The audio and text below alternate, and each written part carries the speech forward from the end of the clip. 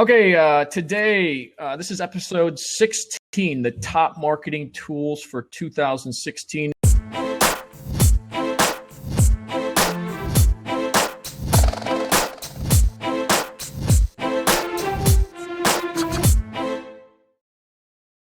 Today, we're going to talk with Brian Fanzo and Ian Cleary, two guys that clearly know a thing or two about marketing. So let's get started. I'm your host, Mark Fidelman, managing partner of Fanatics Media. Very excited about our two guests today. I'm hoping to learn a lot from them. I've got a lot of tools I'm going to share about what we use at Fanatics Media and Evolve. But I'm interested in what these two gentlemen are using because they always seem to be on the forefront of what's going on. So just as a reminder, ask questions on the right-hand side with a /Q. And also tweet out the Blab on the left-hand side if you don't mind. Subscribe to the guests that are on here, although I think Brian's probably got every one of them, every one of you that's watching this already. So my two guests, I'm going to briefly introduce them. Brian Fanzo, a Pittsburgh sports fan. We're not going to hold that against him, even though, I'd like to. He's a self-described social media geek and technology evangelist, and currently he's a change evangelist helping enterprise technology companies utilize technology that we're going to talk about hopefully here shortly. Ian's runs Razor Social. It's an online marketing. He's an online marketing consultant. He's an Irishman and a beer connoisseur. I think those two just go hand in hand. Absolutely. I didn't really say that. His slogan is "Let no entrepreneur get left behind," is from what I read. So are you guys ready to just jump right in? Sure, absolutely. Okay. So let's start with Brian. Brian, if you're going to suggest one and only one tool, and we'll get into the rest later, for people to use in 2016, what would that be? Ooh. Well, I have to say, I'm usually one that someone asks me for a tool and I say I can't give you a tool because I need to know your strategy, your pain points, size of your business, all those things. But, I think when we're starting off a tool side, I think really today, one of the big pieces is kind of how do you scale? How do you schedule content? How do you get things out to the masses so that you can spend a lot of your time doing the other things that you want to do? So I think for me, the tool out of the box, which is the one that has helped my clients and me the most, is Buffer. So I think Buffer is a great tool. It's kind of the everyman's perfect scheduler, as well as you can schedule multiple accounts. It has analytics built into it. You can add RSS feeds. So I think Buffer to me is one of those tools that it's not one that you have to spend a ton of money on, but it's also not, you can go just above the free one, and it can really change the way a business not only shares content, but engages, understands their audience. So I think Buffer would be my quick answer to that one. Okay, that's boring, but I have a boring one too. Ian, what's yours? Okay. Well, if Brian is doing Buffer, so he's going to do all the scheduling and sharing of content, that's going to drive traffic back to your site. I think building email subscribers is still, super high priority, and I love Opt-in Monster. I think Syed Balki has done an amazing job with that tool. It just keeps on getting better, and it gives you so many options for building email subscribers. So I think once you get the traffic from Brian through Buffer, let's build the email subscriber. So on to you, Mark. Well, amazingly, Opt-in Monster is one of my favorites. I was going to talk about that later. Thanks for bringing that up. But for me, I'm going to be really boring, and I'm going to stick with email. And I'm going to say once Brian drives the traffic, Opt-in Monster captures the email address, I will send them 15 drip emails after they're subscribed. So I'm really boring, but it's funny how this all worked out. It's top of the funnel to the middle of the funnel.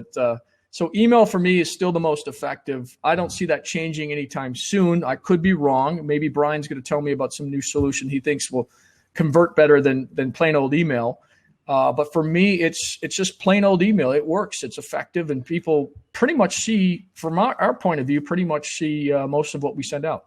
What's interesting is we're starting to spend time on other platforms, and these platforms don't really want you to build email subscribers and drive them back to your own channel. So it's going to be interesting to see how that plays out. So, you're not going to be on LinkedIn if you're writing articles. They're not going to be able to put embed an email collection feature there, and they don't want you leaving the LinkedIn platform, for example. So it'll be interesting to see how email develops and what other ways have we got of keeping that audience. It's harder.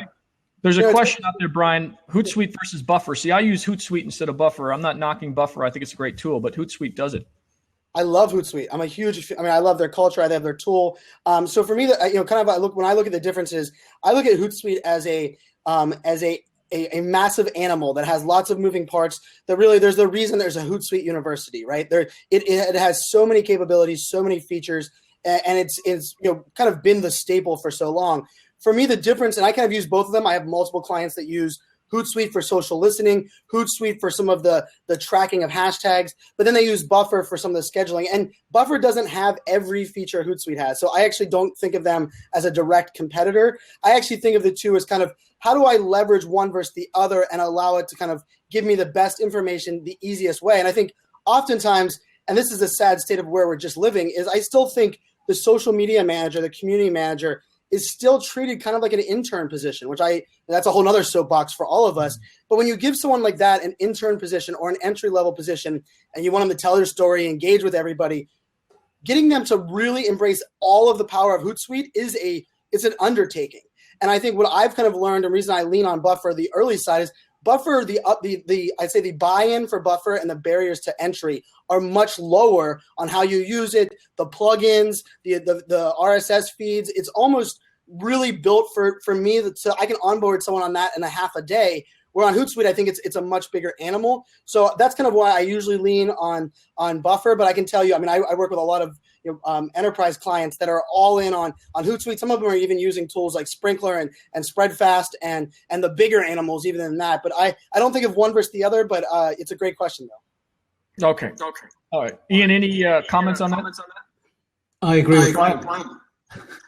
My day's made then, because you know what? I always tell people if they're looking for tool information to go to RazorSocial.com. So if Ian's agreeing with me, I'm good to go. Got it.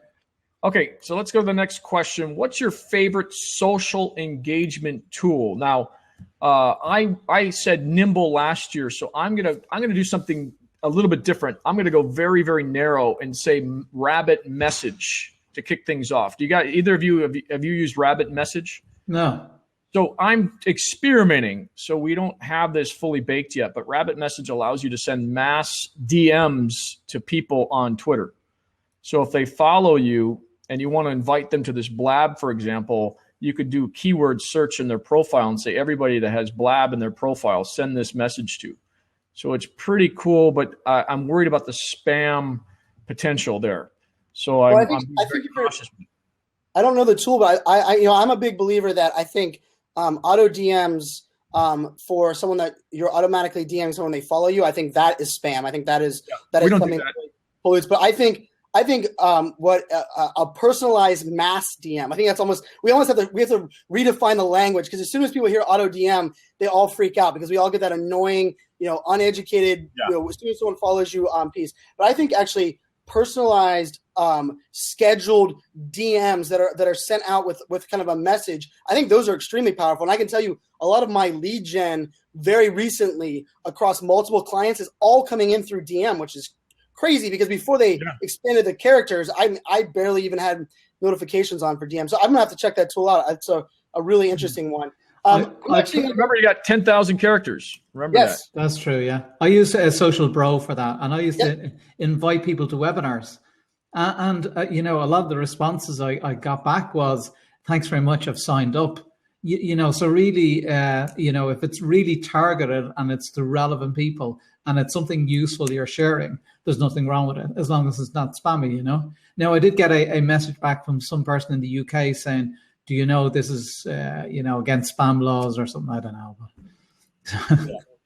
Well, I mean, if it's targeted and you've built up a relationship with these people, again, I'm experimenting. So everybody watching here, don't go and just run this tool and spam everybody. I will provide some guidance later on in a blog post about my experience with it. But so far it's working out. Yeah, cool. All right, Ian, do you have let's start with you this time. Social engagement. I mean, Nimble is a tool that I really like as well. And I've only started recently using that again. And it's just so handy what I love about it is actually the plugins that are available. So I'm on Facebook and I see your name, Mark, and I hover over your name. I see all the profile information and I add it to Nimble. I think that's really useful. So I use a combination of tools. I've started to use Agorapulse more for Twitter and Facebook. And I think the guys at GoRepulse are looking to identify the relationships that you have with people and who are the people actually interacting, to try and filter out the people that you should be targeting to respond to as well. So I think that's quite a good tool. But I don't think there's any perfect social engagement tool. It's a collection of different tools providing the functionality. Okay, yeah, Brian. Yeah, for me, it's actually a free tool, and it's one that I will keep saying from a Twitter engagement perspective is Tweetdeck. Tweetdeck is a free tool that Twitter bought. They killed the mobile client, letting us know that they were going to put some of that functionality into the iOS app.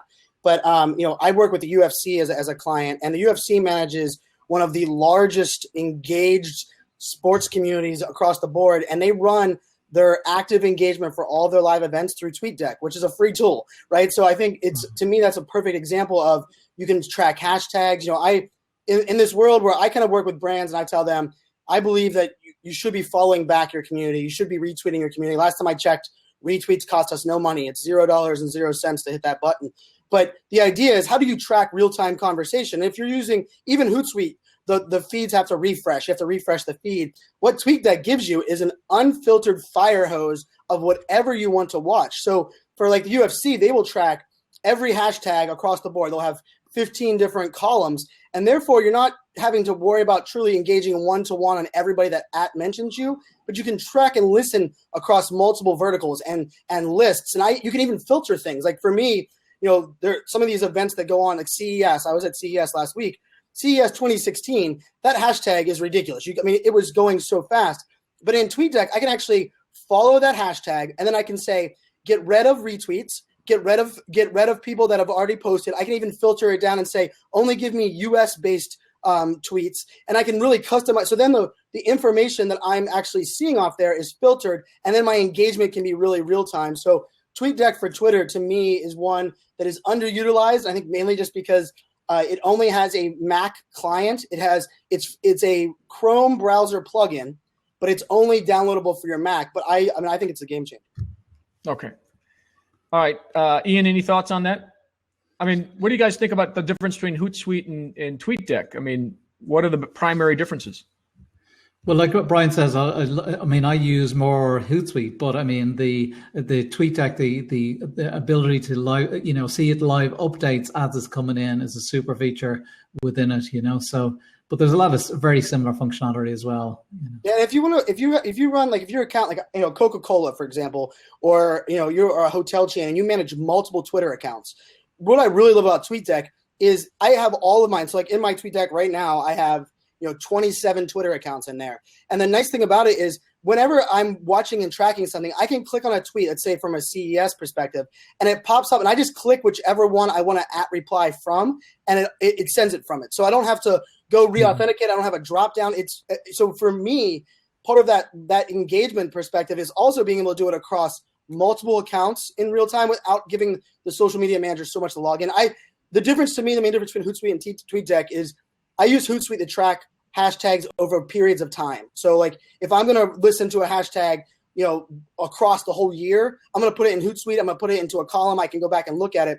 TweetDeck, I use that same hashtag for only live events. So this week I'm hosting Summit Live. So Summit Live will be one that I'm tracking inside of TweetDeck so that I can reply directly. But it's been in my Hootsuite for a month because I've been tracking it leading up to today. So that's kind of the bigger difference for me. It's kind of saved and archived columns and filters versus that real-time live active when you're doing it. Okay, great. Fantastic. So let's move to the next subject. This is one of my favorite subjects because it's so new, so fresh. I did a poll just a few days ago in anticipation of our discussion here, and I asked a single question on Twitter. And I don't know if you guys are using these Twitter polls, but for me, they work out really well. Typically you get between 50 and 100 responses. So I asked, what's your favorite live streaming tool? And the answer kind of surprised me. So half was Periscope, 3% was Meerkat, 3% was Blab, and over 50, well, that would be 46% or 42%, don't hold me to the math here, said, what is live streamling?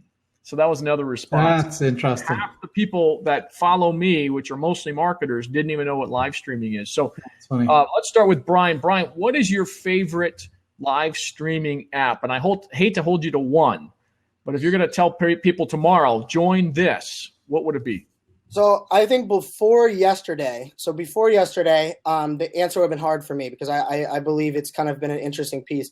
I think yesterday's news changed the entire game, and I have a blog post going out today really breaking down even beyond that. But Periscope is owned by Twitter. I've been working now with brands. I'm almost 100 brands that I've worked with on live streaming, and I believe Periscope isn't a competitor of Blab. Blab is kind of the amplifier. It's the collaborative live stream. I think Blab competes with Google Hangouts. But Periscope now, because that feed is viewable live in your Twitter feed, I believe the entire game's changed because I love Facebook Live. I think there's peace there. I believe Meerkat's dead, which is unfortunate because I loved Meerkat more so than any other tool. I'm still 23 in the leaderboard of the most viewed people on all of Meerkat.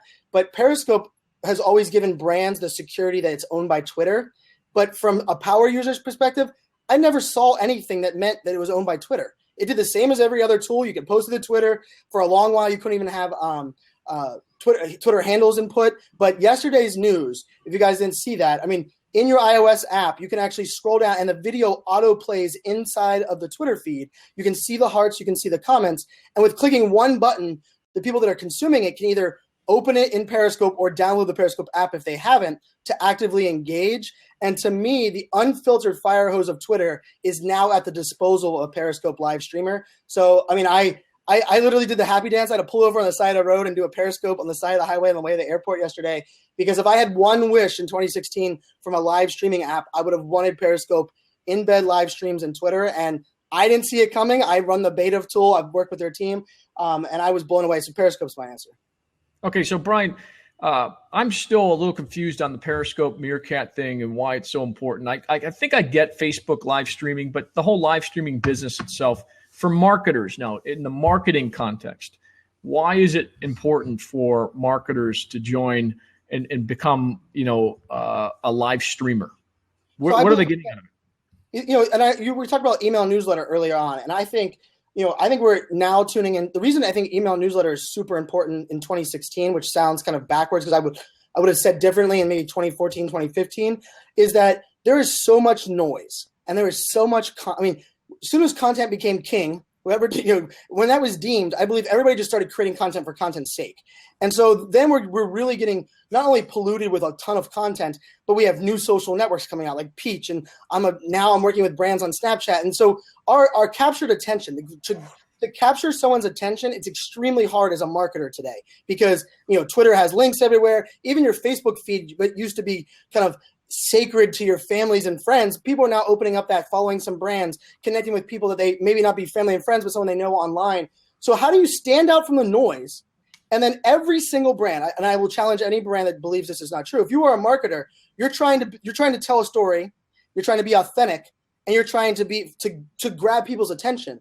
And I think there is no better way to do that today than live streaming, because live streaming, the difference between live streaming and a YouTube video, and I think you need both, I'm not saying they compete, is a live stream is a collaborative opportunity for your community to shape your content and have access to you. And what I mean by that is, for those that don't understand, for 47% of that audience that didn't know what live streaming was, live streaming, because your phone is like this, it's the comments that are on the stream that are far more important than anything that you're talking about as the video, because that is allowing them to participate in the content. Because last time I checked, we create content to solve people's problems and build a relationship with them so they will buy something from us, right? That's why us as marketers are living in this space. So now we're able to say, here, you be part of it. I was doing one with one of the brands. The questions they were asking during a live stream, they completely blew away their entire content calendar for Q1 because they said, why don't we just create content that answers all these questions we got on live stream? And then we're actually creating content that helps rather than creating content that in our own brainstorm, in our own head, we thought was going to help, right? And I think that's kind of my pitch to a live stream. It's about authenticity and it's about standing out from the noise. And you look me in the eyes, and if I have to say I don't know, or I'm not sure what that feature has, or let me go check with the product team, that's access that we've never been able to have from a blog post, from a social media post, from an email newsletter. And that's why I think of it as such power. Well, what you say, Brian, about the relationship, that's a key point, is the relationship side. So, we're trying to build initially relationship through blog content. And yes, people get a feel for what you're about and you provide valuable and useful content. But then you get onto a platform like this and people really get to see what you're like, and you really then have an opportunity to actually build a relationship. So people go, like you say, look into your eyes, they see exactly what you're about in your environment, and this is the next step up. So it's the involvement of social media now as we go, we can really build relationships with people through the live streaming. And Ian, before we get to your answer, I really want to challenge Brian on something now. I find it that most of these Periscopers, Meerkatters, even on Blab, although we figured out a way to convert on Blab, they're not, how are they converting them to customers? What if they're selling a widget, or what if they're selling a service? What if they're B2B? How do they move them from audience member to potential customer? How do we get them into the sales funnel? So I kind of believe it's the idea where there are lots of people that are doing call to actions, but I look at them as more of the entrepreneur that's driving the individual call to action for a training course. But I believe part of it is giving them access and kind of what Ian was talking about, the ability to almost demonstrate trust and demonstrate the value of your product without having to sell it. Because one of my favorite use cases is, don't get on Periscope from your brand account and have your product manager talking about how great your product is. Go to your favorite customer and interview your customer on how that use case is. We all know how that works. We've done white papers and it's all of its customer testimonials, right? Well, now let's get it right from the customer. But the difference between a white paper with customer testimonials and a live stream with customer testimonials is those people that are watching have the ability to ask questions to that customer and really be part of it. And you can see that the customer is not getting maybe they are getting paid, but maybe the fact that they're passionate about the product, they're sharing those insights. And I also think the problem right now with Periscope and Meerkat is if you look at the people using it, then you'll kind of build your own mentality of how you're doing it. But I actually think we start the other way around. Let's go. Where is your audience currently engaged? And I see that question over there. How do you get people to live streaming? The number one live streaming generator for me, for a brand that I just did at CES, email newsletter. And people are like, wait a second. Wait, how did they get?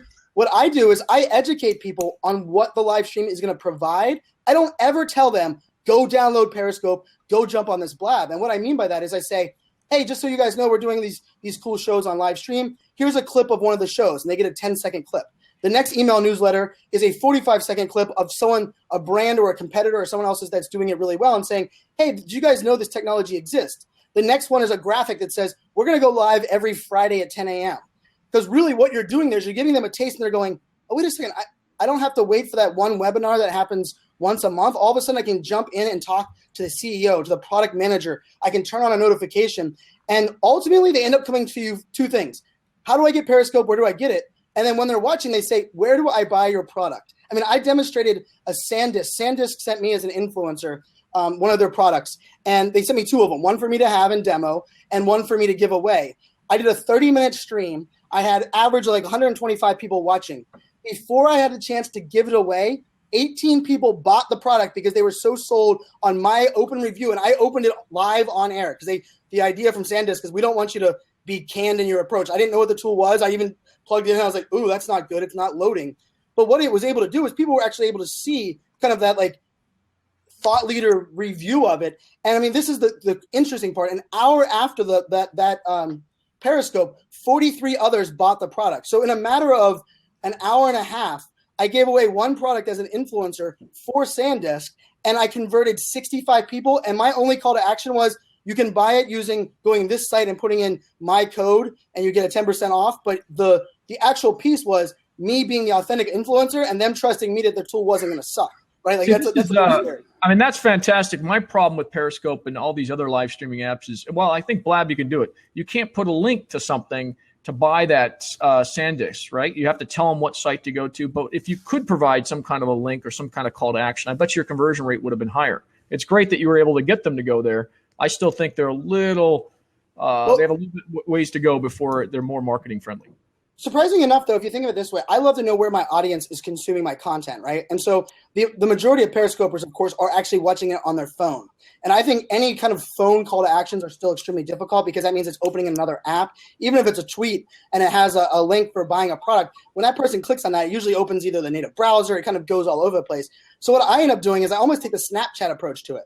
And I tell people, screenshot this picture when I come up and I flip my screen and it has the URL or it has the hashtag.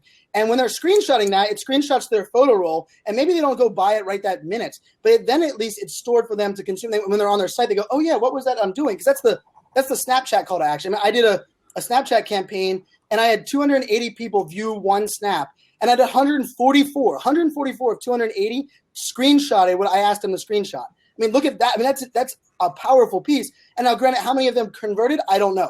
But at least at that point, I feel like I'm giving them an ability to save the call to action or the ability to do something at a later point, because mobile, half the time, they're probably in a meeting supposed to be paying attention and they're watching my stream. So it's an interesting dilemma, but I don't think it's impossible, but I do agree it's hard to kind of drive. But you have to think the other side as well. If you're writing a blog post and you are attracting people in with a blog post, then you want people to do an opt-in. Well, isn't that better than when you get onto a live stream platform and you can explain the content in detail so people get to know and see you, and then they're more interested rather than just going to a blog post.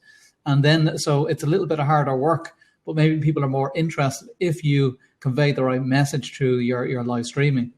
Well, Ian, and let me ask you this. So we use Blab because you can turn Blab into a YouTube video pretty quickly. I have an video editor that makes it look better than what you're seeing here. And then we put it out with a bunch of calls to action on YouTube, which convert very, very well, I might add. So anyone using Blab should go through that process. No question. It's going to really help your business if you're using this like we are for business purposes.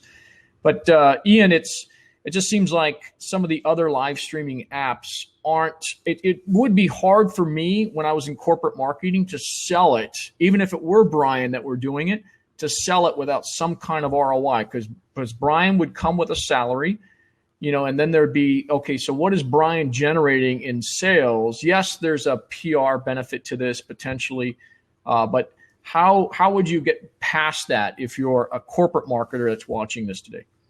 Well, I mean, you can still, if you had a Periscope with really interesting content, you can still, embed that, create a YouTube video about it once the content is really interesting and useful. When it's short, snappy, and useful content, people will still use it. And I suppose then at the end of your scope, if there's a call to action and you can get people say, well, based on what we shared, here's the next step for people is to take that action as well. So I think there is still plenty of opportunities for it. And I think that's a great point, because I think the embed option of video live streaming, I'm a big believer. The part of it being live is it's in real time, but just because it's live doesn't mean you don't have a strategy. But I embed everyone that I build as a strategic piece of content. I embed them into a blog post. I embed every one of my blabs into a blog post. And the interesting part is I give a call to action usually below the video afterwards, kind of like what you were talking about, Mark. But I can tell you here, Mark, I'll challenge you. I think I could get you better YouTube conversion rates if you were doing a weekly Periscope discussing why you did this show and what you as yourself, because you're someone that's busy running a company, you have a name and a personal brand that was very big before this using Blab. If you gave me insights into your company, some of your conversion rates, some of what you guys do for your clients and what you're demonstrating with Blab, I would guess that your Blab viewership is going to go up. The YouTube replays are going to go up. Therefore, you're going to drive. So Periscope, in my opinion, it's that global communicator where you don't have to think of it as a direct call to action, but I can tell you it gives you direct access to something else. I mean, it works amazing for me if you have a product release, if you have a brand new announcement, if you have something that you're doing and you want to give people to advocate behind it. Like if you have a brand new product coming out, don't Periscope the product. Periscope the last hour of your product team before it goes live. Them running around like crazy, them coming to you and saying, we still don't have the collateral right, because what happens is we build a bond with you, and then you release the product. We are ultimately have a relationship. We want to advocate for you. We want to be part of your success. And then ultimately, that's your advocates. Those are people that want to buy your product because they have that ability and that access. And think about where Periscope is going now as well. It's going to be embedded within Twitter. So there's going to be more people probably watching it from a desktop within Twitter. So then you've got your calls to action. So then it's going to be super powerful. Yeah, so I think you're right, Ian. I want to see how it all integrates, and I haven't actually seen it in my stream yet because I use HootSuite. I don't know if it's showing up in HootSuite yet. These Periscopes. So let me challenge you guys again on Periscope. So how do I know that my target audience is on Periscope? It seems like it's a bunch of marketers and fans of celebrities. Now, I'm generalizing here, and you guys can push back if you think I'm wrong, but how do I know that my target audience is there? Well, take what Brian was saying about your email list, promote a Periscope and promote a Blab and email list and see how many people come on and how engaged they are and stuff. And then you'll find quickly enough. If you send it out to your email list and everybody replies and says, what's Periscope? Well, that's why I did the Twitter. The live stream poll. Yeah, I think exactly. So you research like you did in Twitter. You do research across the platforms, research with your email list. That'll be a great one to do and see. I believe it's educating your audience, and your audience. Don't tell your audience to come to Periscope. Educate them on what they're missing out and their ability to have access to you to ask you questions, Mark. Right? Your audience. I bet you your clients are saying, "How could I want to have a phone call with Mark, but to get on his calendars months on end." Like John Legere from T-Mobile. He does a Periscope 3 days a week. I've had numerous conversations with him about my AT to TNT switch to T-Mobile, and that's the CEO of the company. And I actually think what I believe is there's twofold here. Educate your audience, because even if they're not there, now if they're following you on Twitter, they don't have to be there. Because remember, although the engagement is powerful, ultimately it's the people consuming the content. And the second piece is I always question if maybe the direct audience that's purchasing your product is not there, but who influences the influencer is going to be there, because it's the same as Blab. I can tell you one of my largest, and we just announced it today, so I can actually share it. But so I'm live streaming the Super Bowl at the end of the month. The hashtag is SB50Disrupt. Wow. And are you at the Super Bowl? I will be for 8 days leading up, and we're doing. We teamed up with SAP, IBM, Deloitte, and Capgemini, and we're going to do 45 Blabs from the Super Bowl event at the Yard here in San Francisco. We're going to bring in different thought leaders to talk about digital disruption, technology, and we're going to use Blab, and then we're going to use Periscope behind the scenes. We're going to interview some of the players there. We're going to get access to parties, and that came from a partnership that was someone sponsoring one of our Blabs. SAP sponsors our Cloud Talk show on Thursdays. That then they're the host of the event. We were able to partner with the Super Bowl. All of that announcement, actually, the PR and everything goes live today, which we did a Blab a little bit earlier on, just kind of doing the segue. But the interesting thing about it is Blab actually helps me get clients to understand Periscope, because Periscope still kind of comes across as a monologue talking at people, and that scares people. It's not natural. I mean, trust me, I still get laughed. I mean, I was on the airplane yesterday, and I'm doing my Periscope, and I'm the guy that, like, everyone around me is like, that guy's talking to his phone, and I'm like, thank you, 250 of you sitting here with me. So that scares so many people. This kind of conversation, it allows people to kind of not feel like they have to be the expert in everything, and it's easier. Yeah, it is. It's much easier. But I can tell you, Mark, I believe Periscope gives you the scale and the breadth to reach the globe. And then you can even driving them to a Blab is in my opinion, a call to action that is easy with Periscope. Do it 10 minutes before your next Blab. Do it and then say, hey, guys, just so you know, I'm going to go live on Blab. I'm about to switch this off. Here it is. Here's the URL, or even make a bit.ly link. So it's just bit.ly/Mark. And then turn it towards that for the last 30 seconds. Even if you have 30 people there, 12 of them come from Periscope and watch your Blab for the first time. That's 12 more than you didn't get before by doing something that was easy as clicking a button.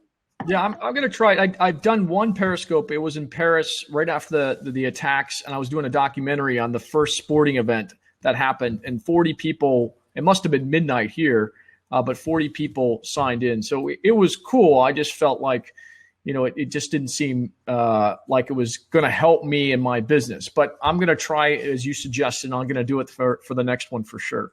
One last question around live streaming. I don't want to belabor the point here, although I think it's extremely interesting, Brian. You've kind of enlightened me a little bit, and so have you, Ian. How do you measure the success of a live stream? This is the question from Kathy. How do you measure the success of live streaming? Is there any specific tools that are out there right now, or is it just how many people showed up? Because you can't measure clicks. You can't measure how many conversions you have. How are you guys knowing that it's working? Well, I suppose at the end of it is what you want as the result at the end of it. So if, for example, I've done a scope before where 10 minutes before a webinar. So my goal was to get people from the webinar onto the scope. And I know we've done scopes before to get people onto Blabs, saying, but a scope onto webinar, and then then it's conversion on the webinar, so that's one. Or you, for example, at the end, you're going, you're teasing people with a bit of content. Hey, do you want some more over on the website? Here's the link. And then how many people go over after that? So I had set up before a Periscope link saying, we're going to do more of these marketing tool talks and sign up for the next one. So then people are signing up to an email list to get notified of the next Periscopes, and then we're selling through that list. And I love that. Steve Dotto actually uses Blabs as the after webinar show. And I can tell you the first one I ever got on, it was on Evernote. He had over 30 people in the comments asking for the link to sign up for the next one, because all he did was like an out brief after the webinar with the guest that he had on. And they were talking about, I can't believe you got this question. And yeah, I'm glad we went in depth in the new Evernote piece. And I'm watching it going, man, I missed out, right? And there's that element of live streaming that's that raw piece. But I'll tell you, right now, the tools, data is lacking in the live streaming space, but data has been lacking in the social space, in my opinion, for a long time. I mean, if you can prove to me that likes on Facebook is actually how you show conversion, I believe you could probably sell me an island that doesn't exist. Because what I like to look at it and say, okay, what am I trying to measure? So one of my big things with brands is I actually want them to share to Twitter, and I want to know on Twitter that they watched my event, because then I'm going to follow them and I'm going to put them in a private Twitter list. And I don't want to give the secrets out of all the things, but I'm actually using right now paid social as my segue for live streaming. So what I'm doing is I'm finding out who my audience is that watches my videos, and then I'm using them using paid tweets or paid Facebook ads, and I'm targeting them with content that's similar to what they already consumed. Because in my belief, if someone, the stat is, if someone watches a video versus not watches a video, they're 61% more likely to buy the product. Well, that's not including if they're able to participate in the video. I believe it's a higher rate. So I actually take the viewership that is shared it to Twitter or tweeted with a hashtag, because I'm a big believer that says, hey, guys, I want you to let me know your thoughts. Make sure you tweet the hashtag. I can probably get an 80% of the viewers to use the hashtag on Twitter. Follow them, add them to a Twitter list, target them with paid social with a piece of content. When that person clicks on that link, I believe they're a much more mature lead than any other paid social avenue, because they've took their time to watch a real raw video. So that's where I'm going with this. So it's an interesting piece, because for me in 2016, the two focuses I have are paid social and YouTube. And most people are like, wait a second, you're a live streaming guy. How is that? And it's, to me, those are the pieces. Like you said, embed it in YouTube, give a call to action in the YouTube comments. And then I believe in putting some paid social behind it and targeting on people with additional value, not additional sales. Can I just like one comment on the social media side? When social media first started off, we were quite narrow in our thinking of social media. Oh, you had to be on Twitter, you had to be on Facebook. And that's not what it was about. It was, you had to build relationships and find an audience, build relationships. Who cares the platform? You can move back and forth between platforms. From a live streaming point of view, again, we might get caught up with the exact platforms where, what are we trying to do? We're trying to establish a stronger connection with our audience through video, so people see us and interact with us.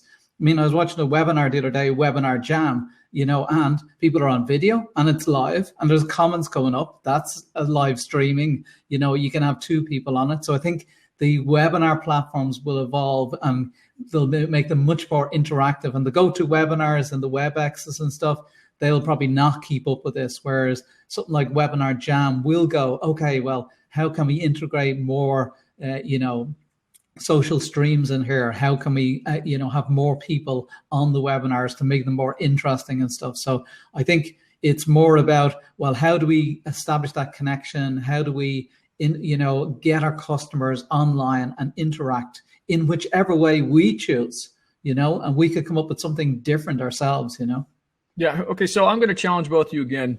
That's what I like to do. So on Facebook, why Facebook likes are important, and a lot of people don't recognize this, is that I can now target them with ads in Facebook, and I can also retarget them with and do lookalike audiences in Facebook.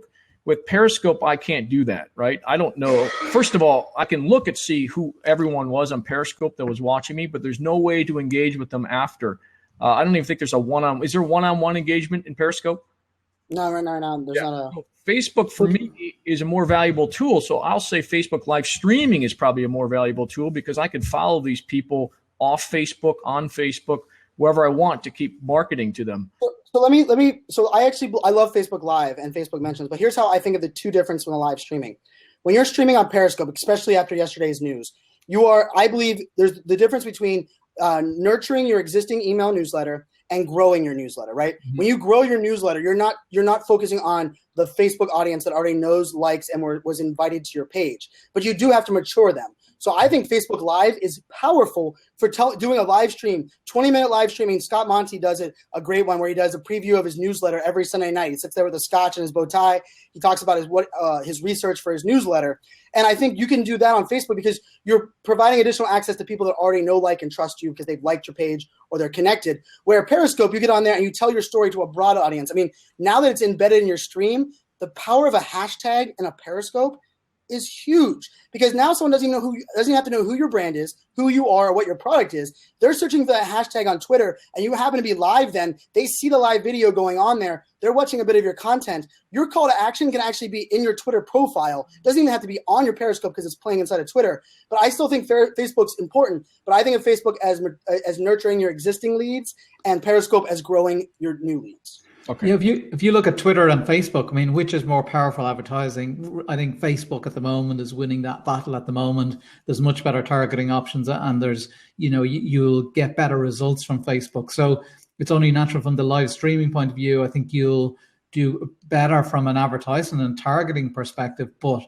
if your target market is on Twitter and that's where they're all hanging out, well, then you'll do better having it embedded within Twitter.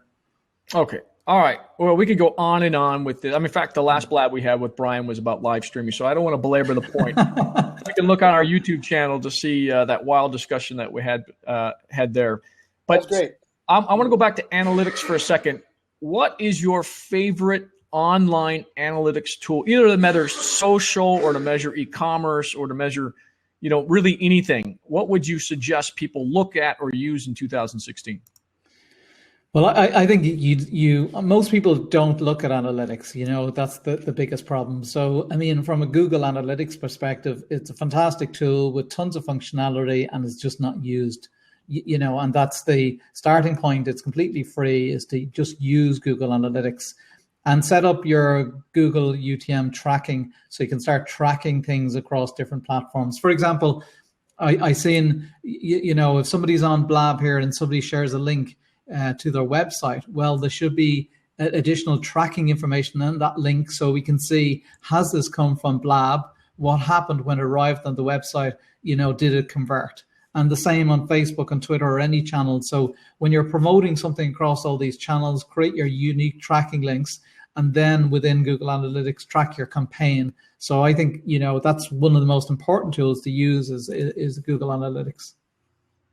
Okay. Yeah, I love it. I love Google Analytics. So for me, part of the thing, I think the problem with data and analytics today on social is people don't know how to ask the right question, and oftentimes aren't looking at kind of the right data for what they want. Right? They tell you they want A, B, and C, yet the data they're even pulling is not giving them. And I see that the team at Sprout Socials in here. I love tools like Sprout, like Buffer, that have a little bit of analytics built into it. They're giving people a taste of it. But Simply Measured is one of my favorites. Simply Measured, I believe their export. I always think it's great. If a social media manager knows the analytic, it's awesome. But if they can't translate that and they can't export that to the boss or the manager or the decision maker, that analytics is ultimately useless. And I think Simply Measure's ability to export it to a PowerPoint, export it to a PDF, like a click of a button with pretty graphs, but also with the data behind it.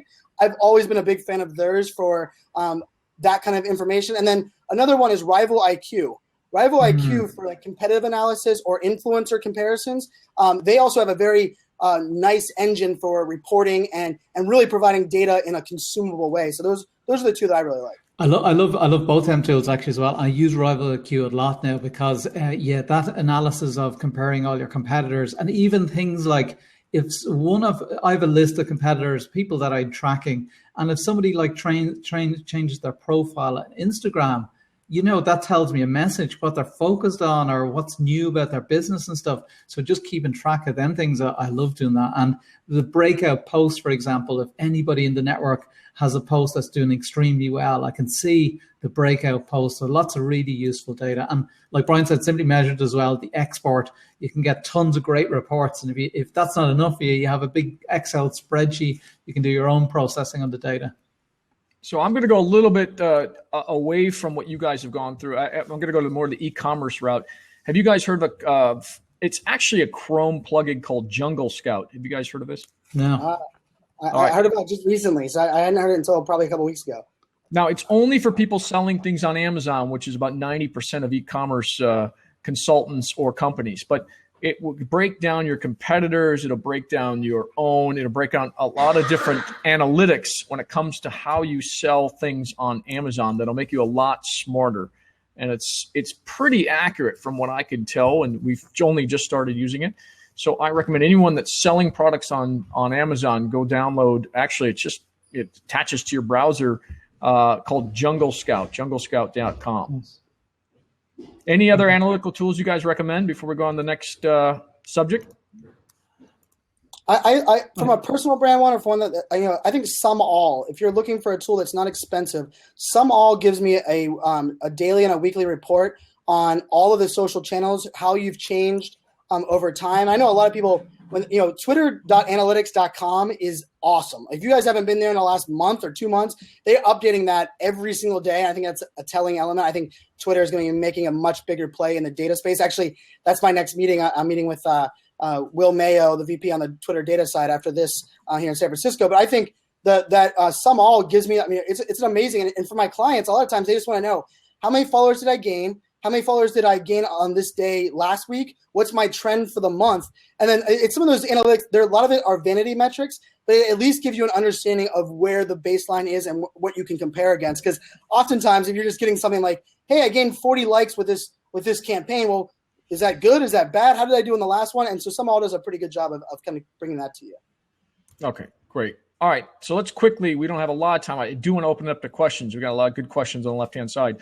What is your favorite influencer research tool, or ones that you recommend to your clients? I love Tracker. What's that? You stole mine. Tracker. Yep, Tracker's a great one. Yeah, Tracker's a great tool. Yeah. Why do you like it so much? It's just. I mean, the functionality is great. User interface is good. It's great at identifying the best influencers.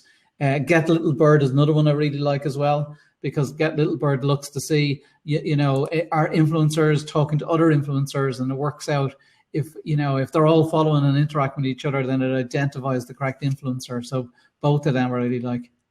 Yeah, Okay. I really like Tracker as well. Pierre, the CEO of Tracker, is probably one of my favorite thought leaders in the space, as he knows exactly what his tool is providing you, and he's not going to shape that or embed Clout Score or do something that is kind of industry influenced versus give you true identity. Now, I think Tracker also requires a lot of work, right? You have to almost mature. You have to really the data. It's data in, data out. Crappy data in is going to give you crappy output.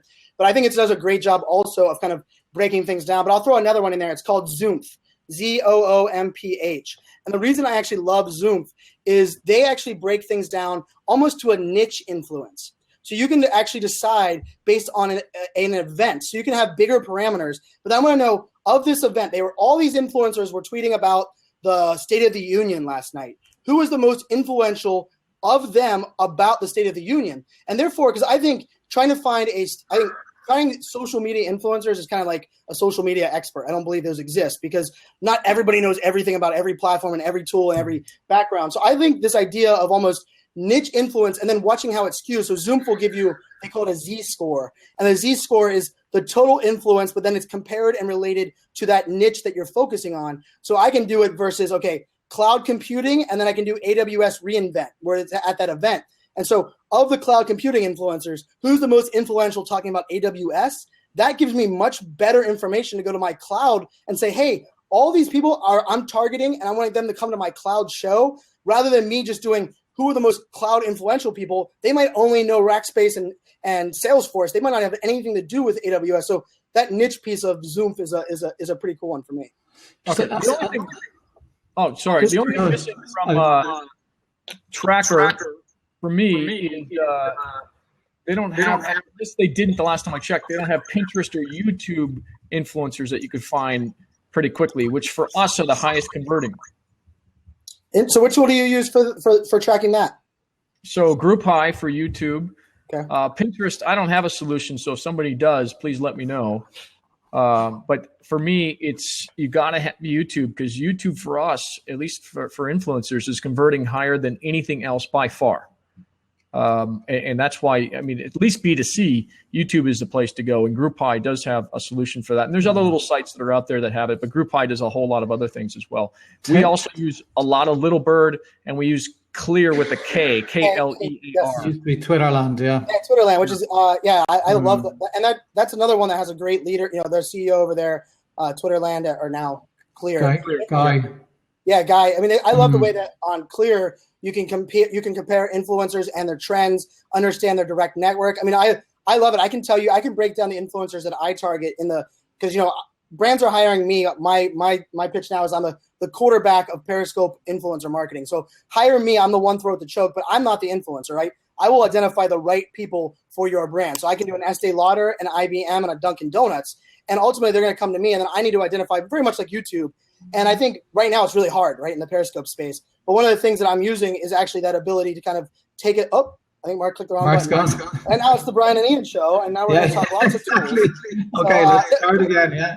I think it's interesting because there's another company that's out there. Snapchat influencers, in my opinion, will soon outshine YouTube influencers in a very near future because of how raw that content is and how engaged the Snapchat audience is. And there's a company called Del Mundo. Nick Cicero is the CEO of it. It's based out of New York. And Mark, I believe you're familiar with Nick Cicero and Del Mundo. Are you familiar with those guys? No, I'm not. Maybe I should be. So yeah, they're building out a tool to do what you were just talking about from YouTube for Snapchatters.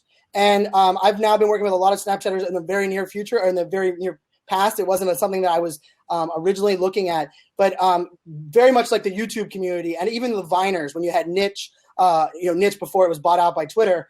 The idea of identifying that the creator influencer that's creating content on a certain platform, Del Mundo is going to be kind of that Snapchat home. And I think their model is one that I'm looking at from a Periscope perspective as well. So I'm going to have to check out GroupPie because I think the creator influencers at CES, the people that I was hanging out with was YouTube, Viners, Snapchatters, and Periscopers, all there paid by huge brands to create content that ultimately is, like you were saying, probably ends up converting a heck of a lot more than having 45 people stand around a booth and hand out one piece of paper and that kind of side. So it's an interesting space. Well, remember, Twitter, I mean, that Periscope might be live for 2.5 minutes on Twitter, right, as it scrolls down people's feed. On YouTube, the SEO value alone is tremendous. So even when you do a video, it's going to sit there for years, right? And especially in Google search results now are showing Google YouTube videos for answers to certain long tail questions. So until Periscope figures that out and Twitter figures that out, I still think it's the go-to place for influencers. But like when you look at these platforms, they're really just developing. We were talking about earlier on about the advertising potential and stuff. Periscope. Well, Periscope part of Twitter, so they're going to need generate more advertising revenue. So they're all going to come up with advertising options over time, and retargeting is probably going to be one of them. So what do you guys haven't brought up Snapchat that much in regards to what you use for influencers, or how do you identify influencers? What do you guys think about Snapchat? Over to Brian. I'm dabbling in Snapchat, but I'm not a Snapchatter. So December 4th of last year, I wrote a blog post that said it's the dumbest platform ever and he's an idiot for not selling it out. And then I started listening and learning to the creators on there. And there's a couple of them that are like Opera Americana is one of the girls. Like, she got hired by Disney to build out, she storyboarded the story for 4 days. They give her access to the park after hours. She created content. We sat down with Coca-Cola, and they're fully embracing Snapchatters. So back in February, I decided to take 2 months, understand the creator's side, and then dive all in. And I can tell you, I got my very first Snapchat influencer client just this past week at CES. To me, I believe every marketer should be on Snapchat just to learn. You don't have to be on there to snap. You don't need to be on there but to understand the advertising and how the influencers collaborate on that platform, because attention is important, and attention is what Snapchat's built on. But the advertisements on Snapchat are something that I look forward to. And you cannot say that on any other platform, because Snapchat controls that content so well that it's in the form of a Snapchat, and it doesn't disrupt. At the CES one, I'll give you an example. CES, they did a whole day. It was user-generated content. Anybody who snapped with the filter, they pulled in some of those snaps into a CES-focused Snapchat discovery. So you could just watch. You don't have to know anybody. You just hold your finger down, watch all this content. And about 40 seconds in, an ad comes on. But what it is it's a bunch of drones flying around inside of a Best Buy store. And the drones are picking up stuff, and then in comes a filter, like a Snapchat filter. It says, Best Buy, we sell drones too. Check us out. And then it goes into the next piece of content.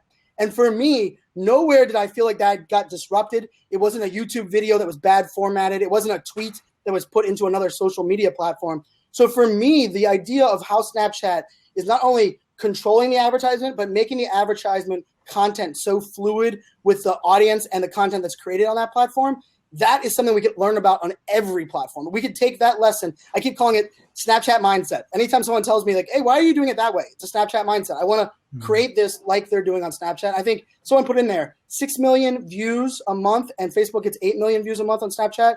Snapchat's one to watch out for.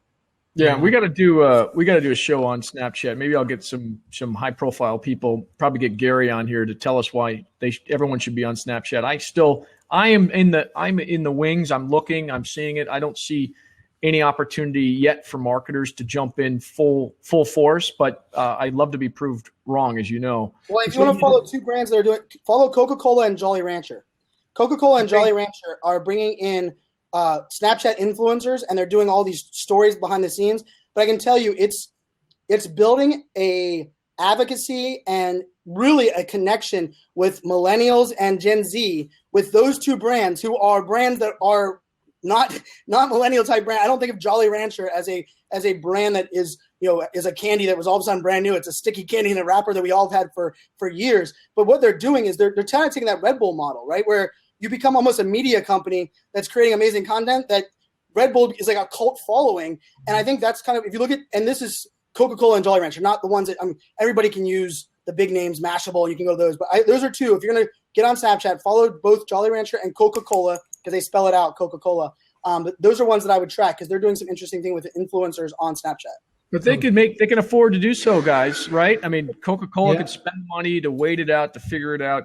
I want to see the data that says those kids, those millennials, are drinking more Coca-Cola as a result of being on Snapchat. I'd love to see that data. As a small business, I can't recommend somebody go and use Snapchat unless somebody shows me the data that Snapchat converts to buying product on Amazon or some other place. But you guys challenge me on that.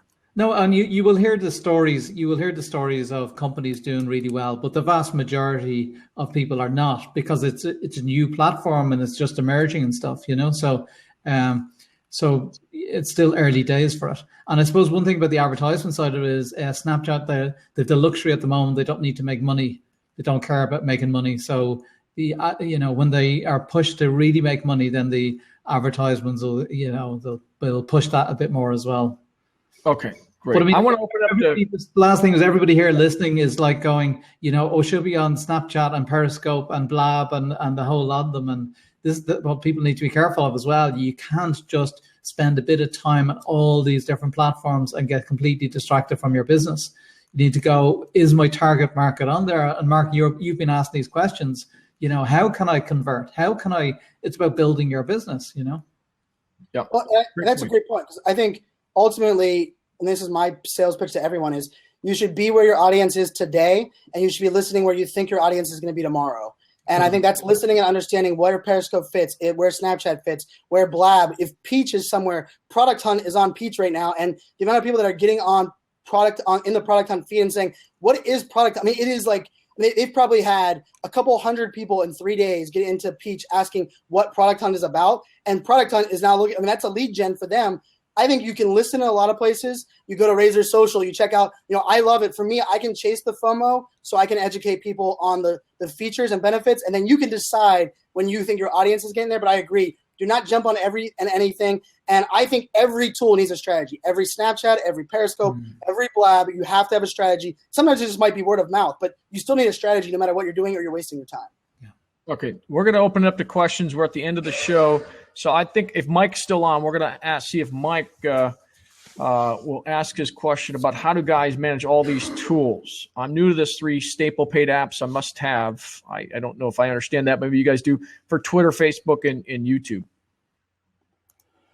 I'm new to any of the 3 staple paid apps I must have for Twitter, Facebook. Well, we talked about a lot of different tools for Twitter and Facebook, and a little bit on the YouTube side of things.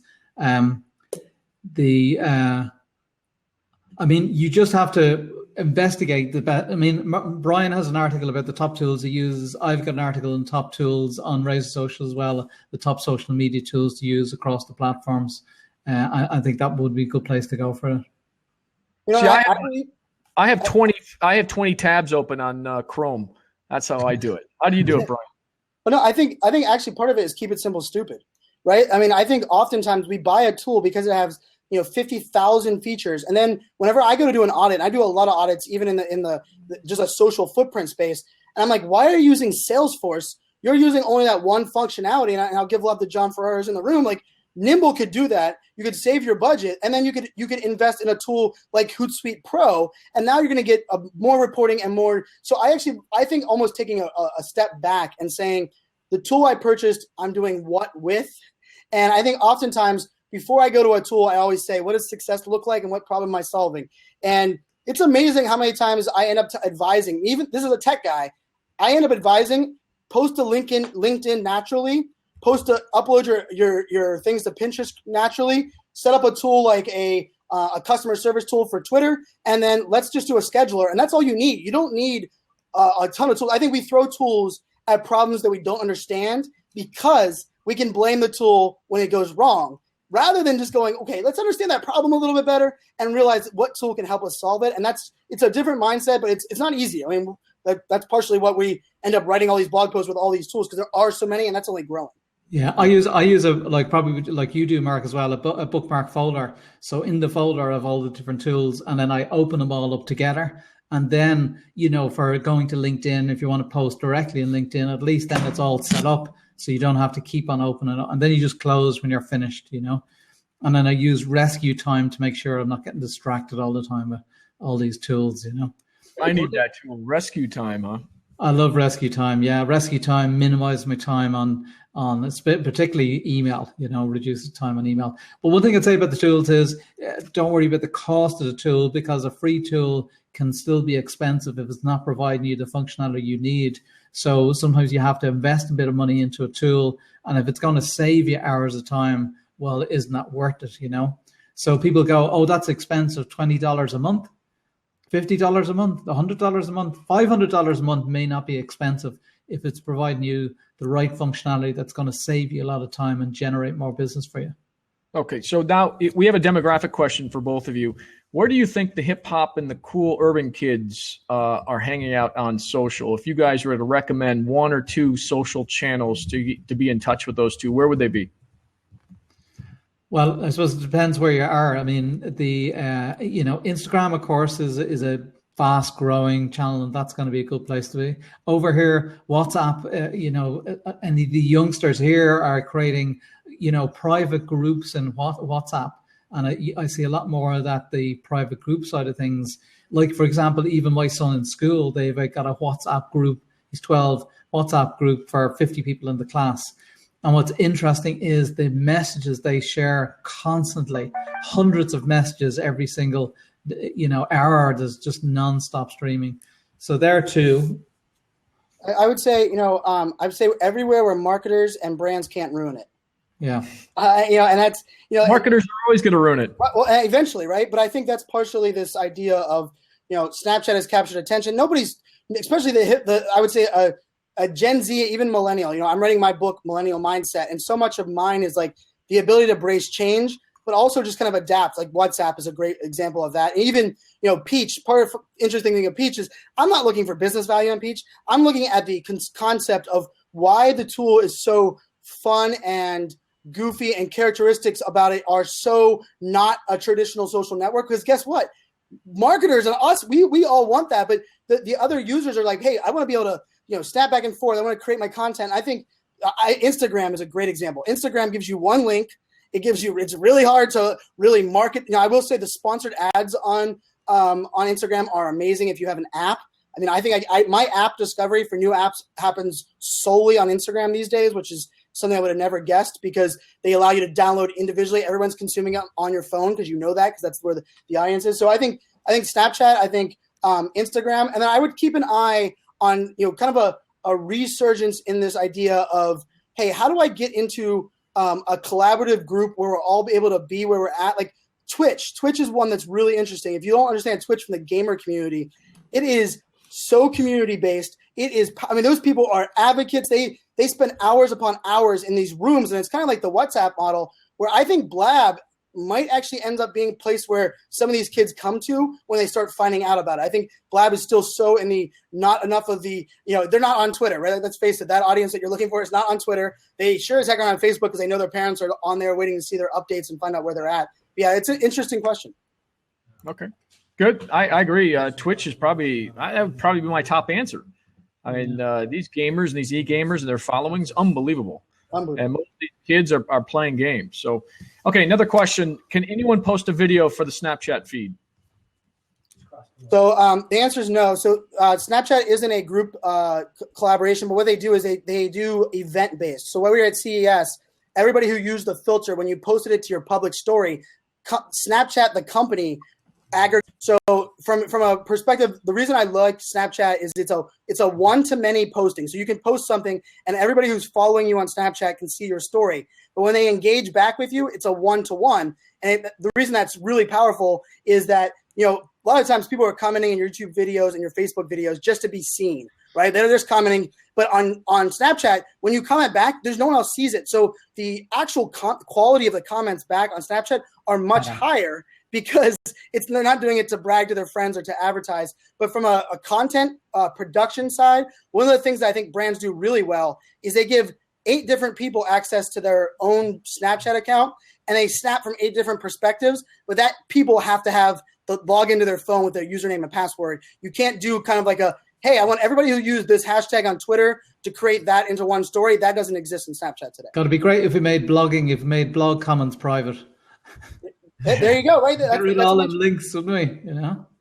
Right. Okay, one last question. Let's make it one tool you can't live without, since it flows with the theme of this show. Start with Ian. One tool that if we took away tomorrow, your business would die, or you would feel like you're out of touch, or what have you. Oh, this is as in a social media tool or any tool? I'd say any tool. Yeah, any tool. At the moment, opt-in Monster, because that's where we're building all our email subscribers, and that's really the main thing that matters. Great building the relationships, building the traffic and stuff, but from email subscribers, that's where we're getting all our sales from. Brian?